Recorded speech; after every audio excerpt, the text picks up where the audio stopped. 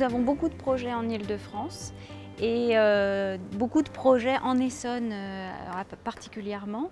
Et ce projet-là est pour nous un projet très important parce qu'il est emblématique de l'ambition que nous portons sur le développement durable. Le nom du Grand Parc, c'est un nom qui vient de changer pour ce projet et qui représente vraiment l'ambition que nous allons porter sur ce projet.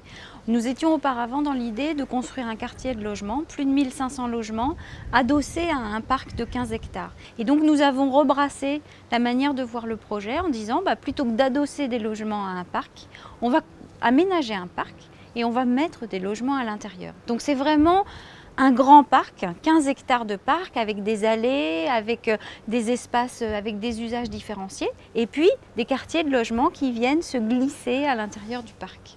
Au fond, ce que nous voulons, c'est pour lutter contre l'étalement urbain dans la Grande Couronne, partout où c'est possible, faire en sorte que la ville se développe sur elle-même. Il s'agit de faire en sorte que nous puissions développer nos villes dans une conception de développement durable, sans toucher aux espaces naturels.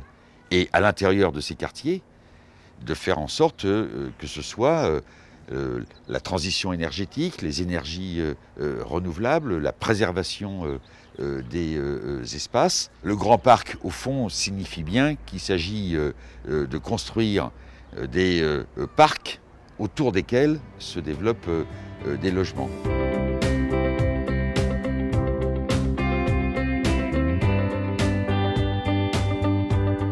On s'est dit que quand même, on augmentait la population de pratiquement 50%, qu'il était nécessaire d'avoir leur avis, nécessaire de discuter avec eux, de leur dire ce que l'on voulait faire pour éviter les peurs réelles ou pas réelles, mais de toute manière la peur est là devant la nouveauté. Donc pour essayer de leur dire ce que l'on faisait réellement et aussi de les faire participer. Ce matin, les enfants des écoles ont participé aussi. Quand vous regardez les maquettes, c'est assez génial. Mais tout ça, on a besoin de le faire en concertation pour avoir leur avis et leur opinion.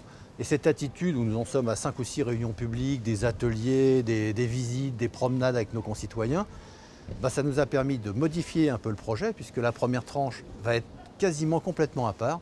Maintenant, c'est le parc qui rentre dans les résidences et puis les résidences qui sont posées sur un parc. Et tout ça, on le doit bien évidemment à la concertation. On verra aussi ce qui va se passer sur les bâtiments publics, sur les voiries, sur le stationnement.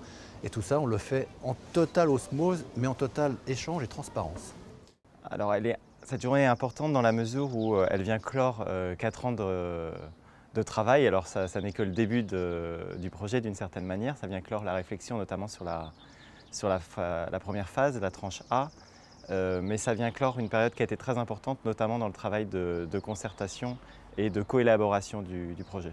Aujourd'hui, il n'y a pas de grand projet d'aménagement sans appropriation citoyenne. Et donc, on l'a vu encore ce matin, évidemment, des adultes participent beaucoup aux ateliers. Mais ce matin, nous avons travaillé avec des enfants qui eux-mêmes ont imaginé la ville de demain. Et se référer aux rêves des enfants, je pense que c'est aussi le rôle des élus, le rôle des aménageurs, le rôle des architectes et des promoteurs.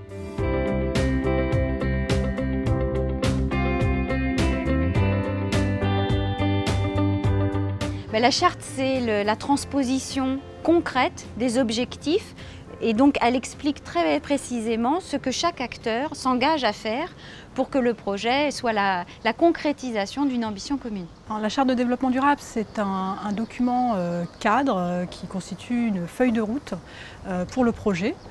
Depuis sa conception, donc l'origine du projet, jusqu'à sa réalisation, donc la construction du bâtiment, et même jusque la phase d'exploitation, c'est-à-dire au moment où les habitants vont arriver et vivre dans le quartier.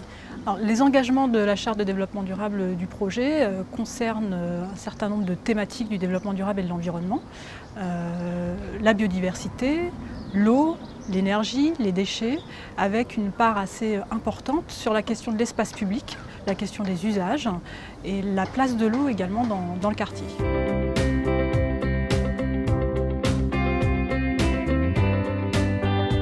J'ai trouvé que c'était intéressant, d'autant plus que les enfants ont quand même travaillé plusieurs séances avec leur enseignante pour venir découvrir ce qu'était l'urbanisme, ce qu'étaient les espaces verts, etc., qu'ils ont pris plaisir à construire. Je pense que c'est une belle récompense pour eux aussi de nous montrer ce qu'ils ont fait. Et je trouve que c'est drôlement intéressant de reconnaître des idées des enfants et de les mettre en pratique aussi. Parce que c'est par les enfants qu'on peut à voir faire avancer le monde.